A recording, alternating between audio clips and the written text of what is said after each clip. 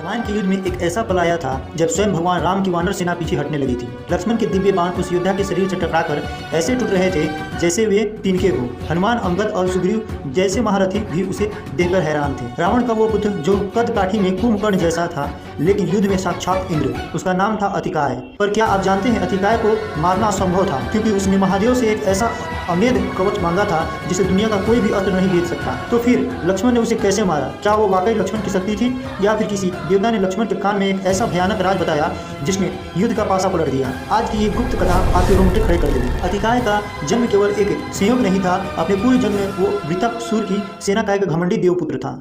उसने अपनी अमरता पर इतना नाज था कि उसने एक बार कैलाश पर्वत पर तपस्या कर रहे ऋषियों के मौन का उपहास किया। ऋषियों ने श्राप दिया कि जिस शरीर पर तुझे इतना गर्व है वो अगले जन्म में एक राक्षस का होगा और तेरा वध स्वयं ब्रह्मा के अस्त्र से होगा। लेकिन अतिकाय ने चालाकी दिखाई। राक्षस योनि में जन्म लेने के बाद उसने हजारों सालों तक महादेव की ऐसी कठिन तपस्या की कि खुद शिव को प्रकट करना पड़ा। महादेव ने उसे वो दिव्य कवच दिया जो सूर्य की किरणों से भी ज्यादा चमकता था, जिसे स्वयं इंद्र का वज्र भी नहीं तोड़ सकता था। अतिकाय लंका का वह योद्धा था जिसे रावण ब्रह्मास्त्र का दूसरा रूप मानता था। अतिकाय के पास सिर्फ शारीरिक बल नहीं था, उसके पास वायु वेग की शक्ति भी थी। वो पलक झपकते ही आकाश के एक छोर से दूसरे छोर तक पहुंच जाता था। सबसे गुप्त बात तो रामायण में बहुत कम लोग जानते हैं, वो ये कि अतिकाय के पास ब्रह्मशीर नाम का एक गुप्त ज्ञान था, जिससे वो अपने चारों ओर एक ऐसी सुरक्षा दीवार बना लेता था जिसे कोई भी मायावी शक्ति पार नहीं कर सकती थी। युद्ध भूमि में जब वो उतरा तो वानर सेना ने सोचा कि शायद कुंभकर्ण दोबारा जीवित होकर आ गया है। लक्ष्मण और अतिकाय के बीच ऐसा युद्ध हुआ जैसा रामायण में दोबारा कभी नहीं देखा गया। लक्ष्मण ने अग्नियास्त्र चलाया तो अतिकाय ने उसे सूर्य अस्त्र से काट दिया।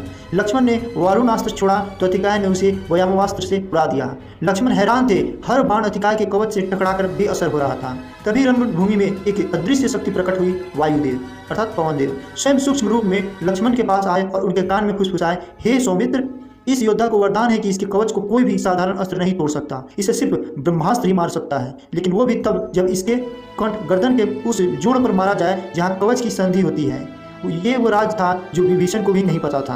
लक्ष्मण ने ब्रह्मास्त्र का आवाहन किया, पूरा आकाश आग की लपटों में भर गया। अतिकाय ने भी अपना सबसे शक्तिशाली अस्त्र छोड़ा, लेकिन लक्ष्मण का ब्रह्मास्त्र काल बनकर आगे बढ़ा। एक भयानक धमाका हुआ और अतिकाय का वो विशाल शरीर, जिसे काटना देवताओं के लिए भी अब सपना था, धड़ से अलग होकर गिर पड़ा। जैसे ही उसका प्राण निकला, एक चमत्कार हुआ। अतिकाय के शरीर से एक दिव्य ज्योति निकली और आकाश की ओर बढ़ गई। साप मुक्त होकर वो पुनः अपने देव स्वरूप में लौट गया। रावण के महल में शोक छा गया, क्योंकि अतिकाय का गिरना इस बात का संकेत था कि अब लंका का अंत निश्चित है। अतिकाय की कहानी हमें सिखाती है कि चाहे आपके पास महादेव का कवच हो या ब्रह्मा का वरदान, अगर आप अधर्म के पक्ष में खड़े हैं तो विधाता भी आपको नहीं बचा सकता।